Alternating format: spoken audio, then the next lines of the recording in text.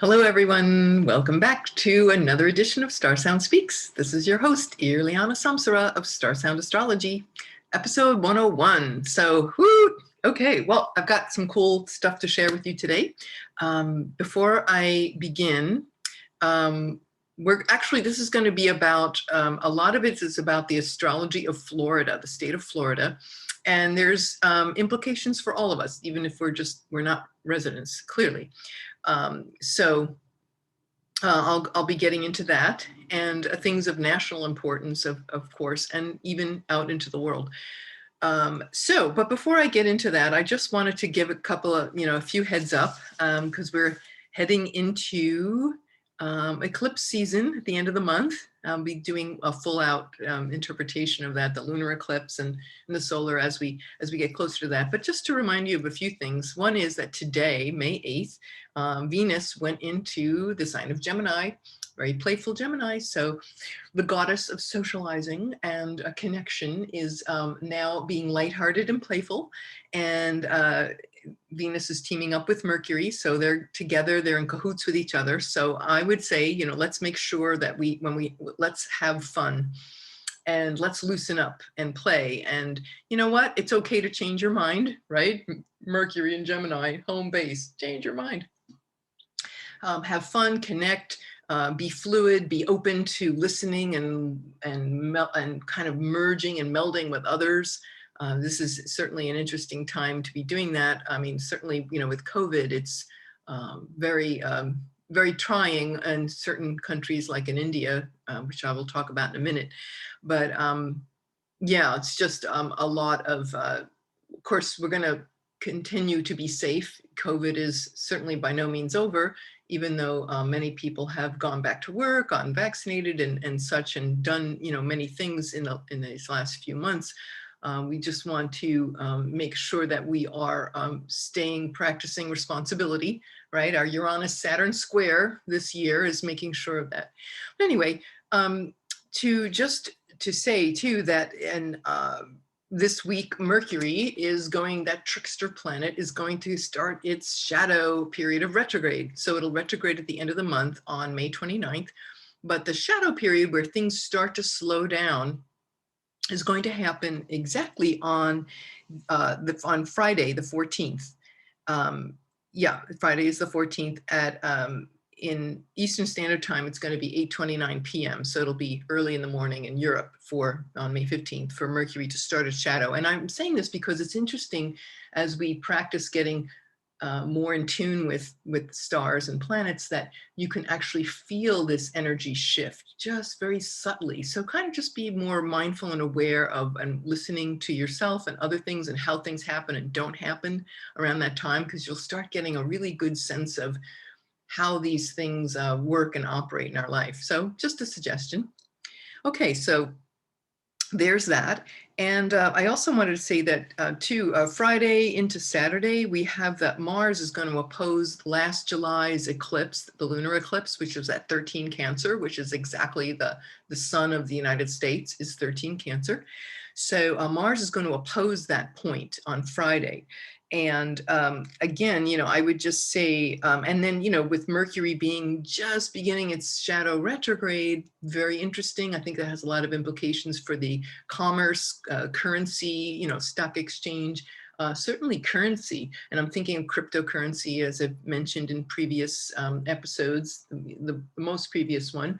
You can, listen to that again, or if you haven't heard it, go ahead and have a look. But it has to do with the Bitcoin and all the cryptos. There could be a change of course here, or a rethinking, or a reevaluation of the worth. And as well as, Saturn in a couple of weeks is going to go retrograde. So I think we could be rethinking a lot of things on long term along those lines. So be prepared. We might see some kind of a shift, in the markets at the end. Most of this is going to happen on the weekend, I think, certainly after the New York exchanges close. But hey, we could see something new show up over the weekend, and maybe when things open on, in Tokyo markets on Monday, we might have a different situation, a different lay of the land on things. So anyway, just giving you a little heads up on that. And also Uranus, as of the other day, Uranus entered 11 degrees. There's that 11 degree of the fixed signs. So we might be hearing more about royal family stuff. You know, I mean, I know Archie turned 2, but I'm talking about bigger things than that. Although, happy birthday, Archie. You're a cutie. So anyway, again, you know, why should we care if we don't care about the monarchy? Because it's representing a shift in power, and it is about the collective, where not just, that is really just the bellwether, you know, the Harry Meghan situation with the royal family is really just showing us a bigger picture about how we are approaching our future, and what kind of world and future do we want to live in and design, and what good parts of the past do we want to keep and preserve, and what are the parts that are toxic and no longer serving. And if there's any great example of that, it's certainly that family and what they're going through right now. So wherever you feel about that, it's just these are these forces of nature that are presenting themselves, and we're seeing it very clearly through that royal family situation. One other thing I just want to say is we had a request from one of the viewers. A gentleman in India wanted to ask about COVID. And so I'm bringing Smiana back, which of course I love to bring her back. You know, she's like one of my favorite astrologers, and she's so brilliant. And she did give some incredibly great predictions about the royal family, about the presidential election. You know, she's just so spot on with her analyses. She's an incredible world-class researcher. So it's an honor to have her on again. And a gentleman had asked her, would you please tell us, who's in India, you know, will you please tell us about the situation in India, which of course is heartbreaking. So my request today with all of you who may listen to this podcast is to just keep praying for India. Yeah, Mother India.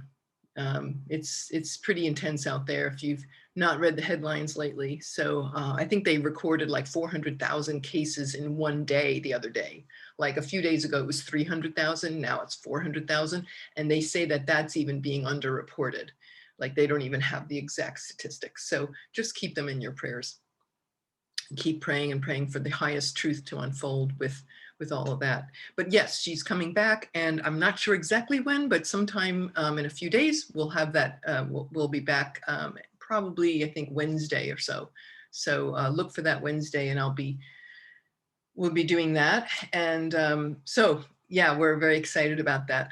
And Kat Nelligan is going to be on, and she is an awesome astrologer and also a scholar. And she's been doing some incredible research on the daimon and astrology. And that's like your guardian angel or your spirit guide, and how to work with that and find it in your chart. So it's an incredible a course that she's actually offering. So again, we'll be having her on, and she can share about that. And I think you'll enjoy that too.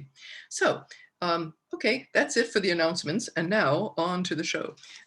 So we're going to talk about, it's May, and June 1st officially starts the hurricane season in, I don't know if it's just Florida, but from June 1st to November 30th is officially hurricane season. The reason I'm bringing this up is because the state of Florida, and it's not just the hurricane season, we're going to talk about another subject too, both of which are related to the eclipses in Gemini and Sag. But Florida astrology, Hurricane Andrew, we're going to talk about this because Florida is in its 6th Saturn return.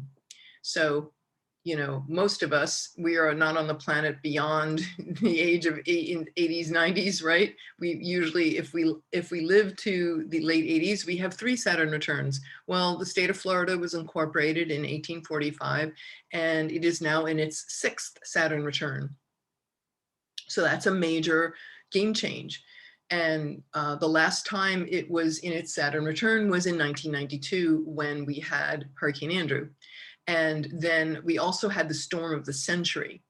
So a lot of people may not remember the storm of the century so much. I certainly do, and I will tell you a story about that. But the thing is that it's both of which caused enormous damage. For anyone who is around that remembers Hurricane Andrew, it was, let me get some stats on this to just give you an idea about how big this was. It was a Category 5. It was a Category 5 hurricane that struck the Bahamas, Florida, and Louisiana in August of 1992. It is still the most destructive hurricane to ever hit Florida in terms of structures damaged or destroyed. And until Hurricane Irma came along a few years ago, it was the costliest. So Hurricane Irma budged it out in terms of financially, but it's still, Andrew remains the most destructive hurricane ever to hit Florida. It was the strongest landfalling one in decades, and it was only surpassed by Katrina in 2005 and the costliest to make landfall. But there were only 4 hurricanes that were in a Category 5 to make landfall, and hurricane going back to like 1935, 1969, and Hurricane Andrew was one of them. Hurricane Michael in 2018 was also, but Andrew had the most enormous damage. The winds in this was as high as like 174-mile-an-hour winds. It's like, I remember reading that it's like that weather vane, you know, it like ripped off, like it couldn't even be measured. It was so over the top. It really did a number on Miami and Homestead, which is a small suburban area outside Miami. And I remember going down to visit, going camping in the Everglades about 6 months after Hurricane Andrew. And I remember driving down, what it was, A1A, and driving past Homestead, and it looked like Berlin after the war. It was shocking. Here it is 6 months out, and not one thing had changed. All the foundations were just ripped. You know, all the homes were completely destroyed. I guess it was a lot of, you know, what do you call those houses, mobile homes and things. But they had, it just looked like a war zone. So it really had a huge impact. So the reason I'm bringing this up is because hopefully we won't have to go through that again. I did look at the astrology of that day, and it was very intense, although I do see, you know, again, when Saturn comes back in that place, and we know cycles of time, what happened in the past, we want to be prepared and ready. So if you live in Florida, you definitely want to take note of that and do what all good Floridians do, you know, batteries, lamps, peanut butter, you know the drill.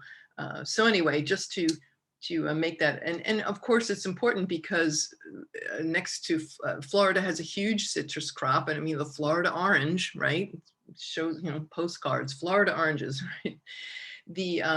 It's very important, and for tourism, for, you know, food supply and such. And here it is, Disney's just about ready to, is slowly coming back, Disney World in Orlando, coming back online after being so devastated by COVID. And then here it is, here comes hurricane season, and here comes the Saturn return. So this is a big game-changing year, this year and next, for the state of Florida. And that's one reason. Just to give you an idea of the astrological indications of huge Hurricane Andrew impact, it was August 16th of 1992, and Uranus, transiting Uranus and Neptune. So Uranus, think of chaos, catastrophe. Neptune, of course, water, right? The dissolution of things, was conjunct the moon of Florida. The moon, Florida has the moon in Capricorn, 13 degrees of Capricorn. So it talk about destroying real estate, right? And that was, Saturn was retrograde when it hit in Hurricane Andrew, and it was exactly at 13 degrees, right on the Saturn, right? It's right on, it was 13 degrees, yeah. So it's intense, right on its Saturn, 10 minutes from its natal chart. Saturn was 13 degrees, 33 minutes. The storm, the day of the storm, was 13 degrees, 43 minutes. You're talking hair thin, right? Like bang on conjunct. So something to be aware of. Plus, at the time, Florida was in its Uranus, it was squaring. Uranus was squaring, transiting Uranus was squaring natal Uranus. And that can obviously is a huge, a lot of chaos and upheaval. So we don't have that, at least that going on for right now, but it did happen then. There's a lot of different things happening, but we have the the moon was in Pisces, of course, Pisces water, and it was, and is the ruler of the sun of Florida. Florida is a Pisces state. So Jupiter rules Pisces, and so Jupiter rules the sun of Florida. And, what is Jupiter? Wealth and things of that nature, and, just big, magnanimous, big. And Jupiter was conjunct Uranus. So as you can see, it's just, it was like a perfect storm, so to speak, and all of that. And then the other one was the storm of the century, which went from the Honduras to all the way to Canada. And that was in March of 1993. And I remember that one well because I went camping. And I remember driving down to Florida and being in the Everglades for several weeks, having a great time. And I remember my boyfriend and I went to pick up a friend of his at the airport. The only time we ever left the national park, went there and then stayed overnight in Miami, drove back to the campsite the next day. Well, the storm had started when we were picking his friend up in the airport. So we stayed in this motel. We come back and we literally had to row out to the campsite. The campsite was flooded in like 4 feet of water. And I remember I'll never forget the ranger. He put us in this huge, one of those like lifeboat rowboats, and we rowed out, and the tent was, goodness, it was, only one pole was still standing, and everything was around, it was a really good, expensive tent, and it didn't rip for some weird reason, but it did collapse, and one of the aluminum poles broke. But there was this one lone pole, like a mast on a ship, and the fabric was hanging around it, and it was just sticking up out of the water just a little bit. And so we rowed over to it. Well, obviously we had to wait for the water to recede, and when it did, we had all our things. It was just completely waterlogged, as you can imagine. But I'll never forget that. And that went all the way up the coast. So it started in Central America, and it had this fierceness, and again, the astrology for that was very, very intense. Let's see, I think for that storm, Saturn was exactly at 24 degrees, which were conjunct Florida's Neptune at 24 degrees of Aquarius. And Neptune in the Florida chart, Neptune and Venus are conjunct at 24 degrees. So again, there was another huge storm. And yeah, that one of these things, like, it had never been seen before. Let me see if there was anything I can say about that. It was a cyclonic storm that formed over the Gulf of Mexico. It was notable for its intensity, massive size, and far-reaching effects. So I'm just reading this from Wikipedia, and it eventually dissipated like a few days later. But it even brought snow in areas as far south as Alabama and northern Georgia. So you're talking about crazy, crazy kind of storm. The Panhandle got stung. It got up to like 4 inches of snow. The Panhandle, Birmingham, Alabama had 13 inches of snow in March, right? Like Birmingham never gets snow. It got over a foot of snow. So again, this is, giving us a really big wake-up call. And this is during the Saturn return of Saturn in Aquarius in the state of Florida. So I think you get the picture. All right, so that was then. And now, what do we have with this particular situation with our thing? Well, interestingly enough, Saturn is going to go retrograde, like I said, at the end of the month. It'll be on let's see, Saturn retrograde. When is that going to be? Oh, not Mercury. Sorry. Hold on. Let me check my thing here. Okay, it's going to go retrograde on Sunday, May 23rd at like 4:10 a.m. Eastern Standard Time. So again, it'll be a little later in the day for everyone in the Eastern Hemisphere. Wow, right? So, but here's the deal. Why am I saying wow? I'm saying wow ahead of time. See, Mercury's already starting to think about its shadow, and I'm already saying the wrong thing. The sun of Florida is 13 degrees, 13 degrees, 31 minutes. And let's see. Oh, it's going to go retrograde at 13 degrees, 31 minutes. And Saturn and Florida's sun is, let me make sure here, just checking. Yeah, that Florida's sun is 13 degrees, 33 minutes. So it's literally exactly 2 minutes, right, to the degree and quite frankly to the minute retrograde right on natal Saturn, so of Florida. So we definitely pay attention to that. And it's going to go backwards for several months. Saturn will retrograde. Let's see, it'll go back to and go back to 6 degrees and turn around and go direct in October. So October 10th. Well, the 60% of all hurricanes happen in the last 2 weeks of August. I don't know if you know that. Now, I heard that years ago, but again, with climate change and all, who knows if that's still the case, because we do have these weird freak storms. And I got to say, you know, Hurricane Sandy, which happened in New York City in 2012, was what was that, late October? Like, wasn't it Halloween or something? Yeah. So go figure, right? But I just wanted to say that to say, you know, we definitely have some massive, there are big shifts here, and there are very, very powerful astrological transits that could mean it could play out like more storms, more upsets. And the storms, they could be real storms, or they could be storms of, you know, Mercury. What's Mercury? And Mercury is an air sign, right? Air, wind, right? So Mercury's transits were very prominent in Hurricane Andrew and in the storm of the century. But what I want to say is that our solar eclipse, so we have Saturn retrograde exactly on the state of Florida Saturn. That's number one. The other thing I noticed was in last December's solar eclipse was 23 degrees of Sagittarius.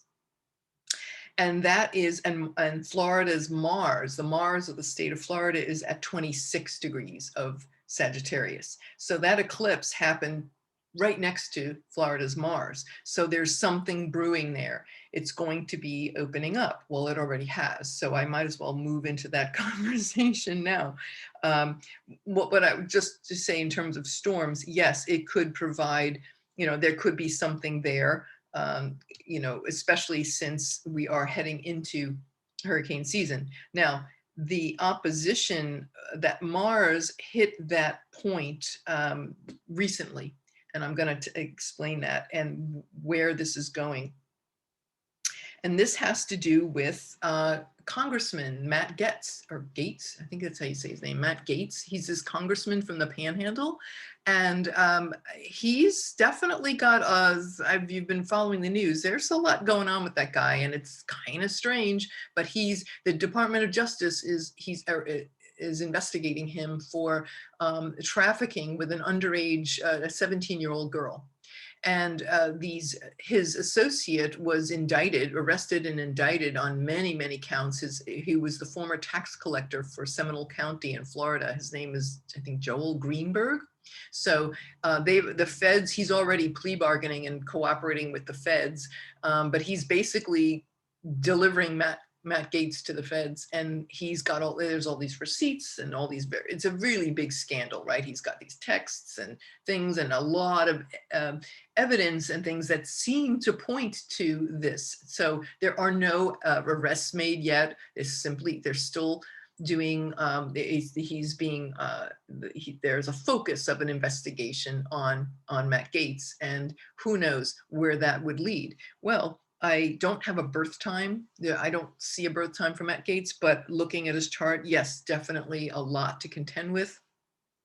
And it is intricately tied up with the state of Florida's chart. So we could be seeing the hot air, right? The hot air may not be just a hurricane. There could be this storm of publicity around youth trafficking. And I have said this before, a year ago, last May, when the nodes shifted into Gemini and Sagittarius, one of the things I said was be on the lookout, because we'll see more about youth trafficking any kind of human trafficking, but certainly with Mercury ruling trafficking, but youth as well. So youth trafficking, like the whole Jeffrey Epstein thing is not over yet. He may not be here, but the rest of the network is, there's still a lot to be exposed. And with the solar eclipse, the South Node solar eclipse last December at 23 degrees of Sagittarius was conjunct the galactic center of the Milky Way, which is considered a they call that the whistleblower point. I love that. Somebody referred to it as that, and I love that. And it's usually associated with a lot of disclosures, a lot of things revealed, truth, right? Truth and justice. There's a lot of great revealing that's about to occur. Well, that little puppy is on Florida's Mars in the 7th house in Sag. So dealings with and in collaborations with others in the state of Florida, right? Making a trine to Pluto. Whoa, there's definitely a lot of potential for secrets and things. Pluto and Aries, again, that could be pointing to sex trafficking, secrets and things of this nature. But honestly, it ain't looking good for Matt Gaetz. But I will say that, yeah, so between the Saturn return, where Saturn, the law, right, reviewing, taking a look back at things, and then these eclipses on top of it, there's a lot going on here. And I would say too that when did we first hear this? Well, sometimes Mars will show up to activate an eclipse before the eclipse happens. Sometimes you can see things happening 6 months before an eclipse. Well, in this case, last month, April 12th to be exact, Mars was in opposition to that December eclipse point, 23 degrees of Gemini. So I remember saying, hey, watch around April 12th, watch what happens. Something about truth, something about people in high places, because it's Sagittarius. The media, national media outlets, would be a Sag thing. So what happened? Well, that's when the investigation, the Department of Justice launched an investigation. They had started doing it at the end of March, but then there was a major turning point or a major development that took place on that day regarding him. April 8th, there it was, 4 days before is when the US Department of Justice launched their investigation.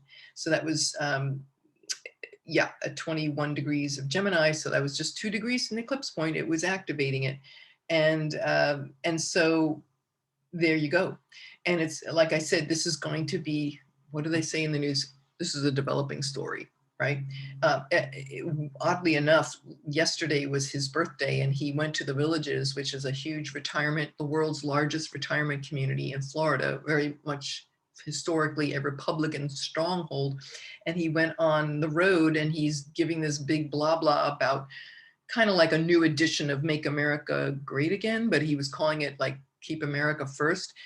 It seems to me that he's doing there's a lot of bluster and a lot of distraction. And he's even bringing up, like, he was bragging about how he was a marked man and people don't like, and he it's just weird. He's like talking into all this conspiracy stuff, and the guy, I don't just want to stay out of that one. I'm just, the reason I'm bringing this up is he's in Florida, his chart and Florida's and the eclipses and all this stuff is, and the Saturn return, many, many, many indicators here, more than you would want to know, that are really showing that there's a page that's about to be turned in our history. And I think that this could very well open up a huge can of worms, as it did when Jeffrey Epstein was arrested and Ghislaine Maxwell and all that stuff. And here's another piece of it. And the fact that he is like Trump's, many people call him like Trump's puppet, so you're going to see a lot of this very same eclipse, by the way, was on the moon, Donald Trump's moon, on 23 Sag eclipse. So it has the potential, and the South Node is about a falling away. It's associated with things dying and decaying and falling away. So a falling away, a loss of power, right? And here it is conjunct the galactic center. There's a great revealing that is about to be opened up as a result of these eclipses, where things really, major endings, major beginnings. So there's that. And so and then of course that, just like, you know, this whole sex trafficking thing is obviously it's a worldwide problem. It's not just Florida's, but Florida's chart is getting hit really strongly in this Saturn return, dealing with all that. And because Epstein had operated so much out of this kind of area, and where did he have that?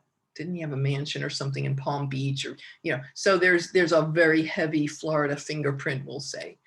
And of course, with implications for all over. Let's see. Oh, I did want to say one small thing, going back to the hurricanes. When Puerto Rico was in its 6th Saturn return, Hurricane Maria happened. And if you remember no, it was Hurricane Irma, sorry, in 2017. And remember, it was really very, very, very tragic, because all these supplies that were being kept back, and it was just an enormous difficulty with the people there getting supplies. People were dying, there were floods, there was no electricity. Months later, it still had not been cleaned up. So there's another example of, unfortunately, the rough side of a Saturn return, where this abuse of power going on and all that. So there was Hurricane, and then Hurricane Maria happened as well. But Irma was the one, I remember looking at Puerto Rico going, oh my God, you know, when they said how old Puerto Rico was, and I did the math, I'm like, oh my goodness, they're in their Saturn return. And there it was. So it's just good to take note of these things and to be proactive in our work and meeting these challenges head on, not to run or anything from them, but saying, okay, you know, who are we going to be in the face of these things? And it's certainly a litmus test for how evolved we are when stuff happens, and how we can use these situations. How do we meet these challenges? That's really what it's all about. Okay, that's all I have for today. And we will be back again with, like I said, Smiyana will be talking about India and COVID. So keep everyone, please keep India in your prayers. Thank you so much for that. And we will see you very, very soon. And we appreciate always any topics that you want to see covered. Please always let me know. You can leave it in the chat box. Let me know how you are doing. Always great to hear from everybody. So blessings to all. This is Irlianna Samsara, StarSound Speaks, StarSound Astrology. Thank you so much for listening. Blessings. Namaste.